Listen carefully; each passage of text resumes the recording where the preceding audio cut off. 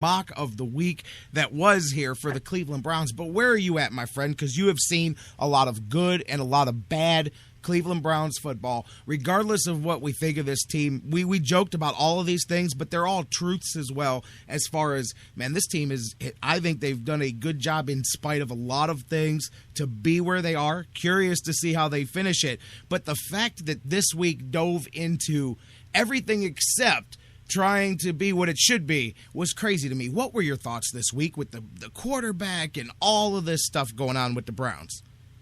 Well, two things specifically. The first one being this is basically the other shoe dropping. I think we knew back in May when they drafted Manziel that this was going to happen. We were waiting for it. We thought it might happen week one. We thought it might happen even in the preseason to some extent.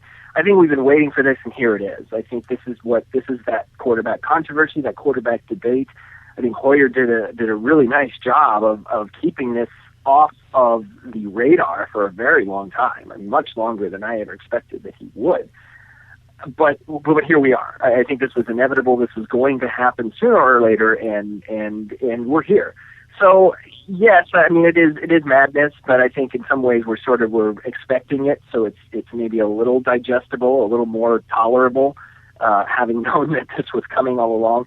The other thing that is it sort of stems off of this, not directly maybe from the quarterback debate, but as we're saying, as we sort of alluded to there in our little playlet. Once again, we're in December, and this is a familiar place for Browns fans that the team is just limping. I mean, they're just ravaged by injuries, and we're at a point where it's like, let's just get across the finish line. You know, I know there's still optimism, and rightly so, that they can finish strong, but let's face it. I mean, they're basically trying to get a team together to play this week and maybe for these last four. It's just this is what we're used to. Unfortunately, this seems to be every single December. No matter how good or bad the season is, the Browns are just ravaged. They are playing second and third stringers across the board and just trying to throw guys out there and get through the game. And that's unfortunate because there's been a lot of optimism and a lot of reason for optimism throughout the year. And so this is hard to see all of that optimism now coming down to guys who are being asked to do things that they probably shouldn't, and guys who should not be starting in the NFL or not necessarily guys that don't belong in the NFL, but guys who probably shouldn't be starters are now starters in what is still a playoff drive mathematically for the Browns. So that's hard. That's difficult to swallow once again, that the Browns are sort of limping into December here and trying to catch lightning in a bottle and keep the faith alive and keep things going. Now, the flip side of that is that when they do go to Manziel, which they will, I mean, let's face it, it's a question of when at this point. My guess, my over-under is third quarter Sunday, that we will see Manziel. That's not to say that I don't have faith that Hoyer can't play, but like you said, the expectation is that, okay, Hoyer is being set up to fail, let's face it, unless he goes out there just completely on fire, and he's not going to, because as we just said, most of his offense is hurt. You know, most of the receivers that he would be throwing to are not going to play, and the offensive line is still a work in progress. So he's being set up to fail. Manziel will enter this game at some point, is my guess, probably this week, and maybe that will spark something in the short term. I don't think Manziel, and you know, I've been on record on this since the beginning, Manziel is not a long-term solution. At best, he is maybe a one-game solution that a week or two, as defenses may not be able to adjust to his style and may not be prepared for it. But so maybe that's enough to win a game or two that otherwise they wouldn't. And maybe that will be a positive, maybe this week and maybe sometime here in the next four. But I'm very trepidatious going into this week, certainly. And really these last four, it's the Browns are skating on thin ice, and we're really we hear the cracking. You hear that cracking of the ice, and just hope, oh God, just hope they get to the other side before that ice cracks and they wind up in the water. But that's the feel, and this week, the mania of this week sort of added to that. All right, JK, I got to jump in here, man. Time out. Take your corner here, and I'm with you. I know where you're coming from, man. They are such a wounded team. That's not making excuses for these guys, although they did pick up some good news here. Looks like Crow is going to gut it up and be able to get out there and play. Dansby, Barnage. I mean, these guys, all hands on deck at this point to get what you can out there and go. And I hear what you're saying. We've talked about that. When do you reach the point where, it's too many next men up and you just can't take that many shots across the bow? Now, as far as Hoyer Manziel, I'm going to go a different way than you, because I think, and this is not, I don't know what the Browns are going to do at the end result of this game. But I will say this, the Colts defense is set up to cooperate a little bit to help the Browns out here. I really do think. Colt McCoy went out and threw for 3 bills last week, and it parts of the game looked better than others. The point being is that you can do some stuff against this defense. But my thing is the psychology of it. I said this yesterday.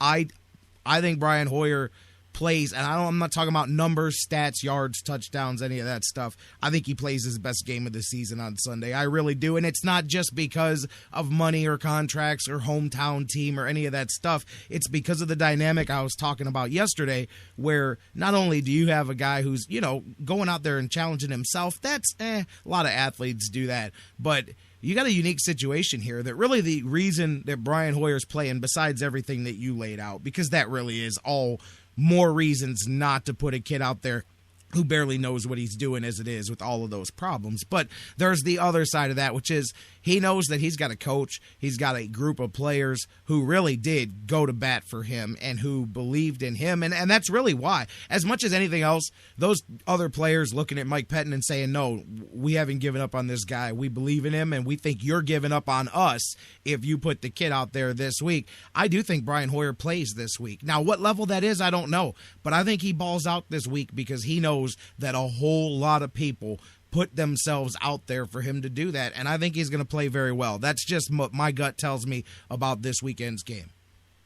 Well, I think you're right. I don't think that – I think Hoyer, and even when he had struggled these last few weeks, it hasn't been for lack of preparation, it hasn't been for lack of focus, or that he's not intense enough or anything like that. I think Hoyer – I think all of those attributes are what's gotten him to this point and what has enabled him to survive to this point. But sooner or later, you reach a point, especially a quarterback in the NFL, really any position, but particularly a quarterback, where it's going to come down to talent. You can have, most of the players who are taking the field every single week are intense and focused and prepared, and just some are just wildly more talented than others. And you're going to reach a point where Hoyer's going to hit that ceiling, and he will have been taken as far as grit and determination can take him, and now it's more about physical attributes. Which, if there's somewhere that he has short shrift, it is there, and it's no fault of his own. He's just not the prototype build of a quarterback, and that's where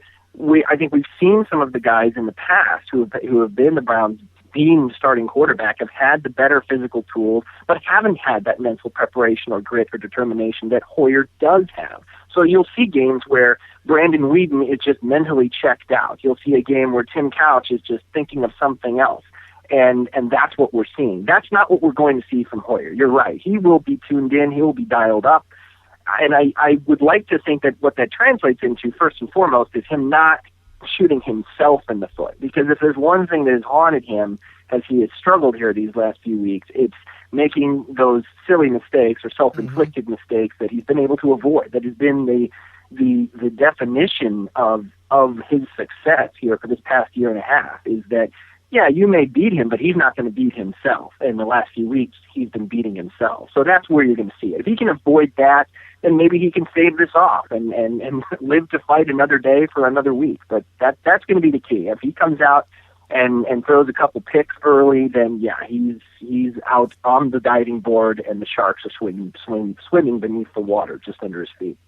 And that's where I'm at. That last thing that you said, I really do believe that the Browns live to fight another week. I do. I think that they can win this game. It's at home. I'm telling you, it's nuts because the Colts can ball. I mean, this is not any kind of an easy game whatsoever. But I don't know, man. Just this team, we've talked about it all year. It's that we don't know how to describe it. It's that whatever it is that they got, they're like zombies. We say this about Hoyer, but they're all like that. When you think they're dead, they've got one more round. They've got one more something. And I think this team's got one more something for sure coming up this weekend. We'll see what happens. But I wanted to ask you, because after this week, looking past it, let's pretend they survive. Either they win, or even if they lose and perhaps the rest of the division stumbles, whatever it is, we're still having this conversation conversation next week. There's 3 weeks left. 2 of them are in the division. You've got Cincinnati looming next week back at the house. You've got Baltimore. I mean, that kind of the way this season's coming down for all the division, it reminds me of some of those late 80s seasons with the Central when it was competitive. And you have, I mean, every week, if a team lost, it was the end of the world because the other team won, and then you'd have a 1-game advantage with 2 to play or 2 games with 3 to play. And then these crazy scenarios would always play out where it would come down to the last game of the season, and the Browns had to beat Houston, and they had to hope that Pittsburgh lost or whatever. And it really does kind of feel like that here with the North this season. It does. It really does. And particularly with all 4 teams in this logjam. I mean, regardless of the Browns being a part of it is strange enough, but having all 4 sort of lumped together within 2 games and all within striking distance and all playing each other down the stretch, you're right that you got Bengals Steelers twice in the next 2 weeks, and then Browns Bengals, and then Browns Ravens. So yeah, I mean, everybody has. Technically, the Bengals are the only ones who really control their own destiny, but realistically, everybody sort of does. I mean, everyone's going to need a little bit of help, assuming they win the right games. But yeah, if they do win the right games, then yeah, I mean, theoretically, this division is still up for grabs. So it's nice, even though the Browns seem to be fading, or you look at it on paper and think, yeah, this is kind of, you see where this is going. They're not dead yet. You're right, and this is their up week. If the last 2 months have been any indication, they go up and then down, and up and then down. Last week was down. This week is their up week. So we'll see. I think you're right too. I get that feeling that they do have. At least, I get the feeling they have one solid bullet left in the chamber. I feel like they have one good game, one more haymaker left. Whether or not they dish it out this week or next week or when it is, I feel like we're still going to see one more really good performance. Not to say that they're going to come out terrible and lose the other 3, but the other 3, I think they've got 3 more that they're going to have to hover and try and survive, and I think they're going to have one more really good performance that we'll be able to kind of stick a feather in our cap and take into the off season. So whether or not this week, it remains to be seen. Whether or not it's better that it's this week or next week, with Cincinnati, I'm not sure. So yeah, it's now not only getting as many wins as you can, but winning the right games that you can. It might be more valuable to win a division game than if you're going to lose. If you're going to win only one of the next 2 weeks, it may be better to win next week than it is to win this week. I don't know. I'll tell you, man, this is the thing. I said it. People don't know what to do. It's December, as you said, and it's fun. That's the crazy part, is football is not, at least around here, it's not supposed to be fun in December. We're supposed to be mock drafting. We're supposed to be looking to next year and who can we sign off the waiver wire just to fill out a roster and lose 8 straight at the end of the season, and who you got in the draft. But instead, football's fun in December. People are not used to that. They're losing their minds. Last thing, JK, before I let you go, because you're the only person today that's going to care to talk baseball with me at all. The Indians, by the way, yesterday had Tom Hamilton on the show. I'm telling you, I'm going to sound like a fanboy. I don't care. I was telling some people, I've interviewed a lot of people. I've been very fortunate in that regard, and it was like Joe Tate. When I cracked the mic, as soon as Hammy starts talking back, you hear that voice, and it's that voice, and you go, oh, yeah, that's Hammy, hey, he's been calling Indians games since my age was in single digits, you know what I'm saying? So that'll tell you, that's the majority of my life. But anyways, it was fantastic, and it was almost an hour we chatted, and a long conversation with me, if you could imagine that, but we chatted for almost an hour. That was before you went on air, too. That was even before the mics were on.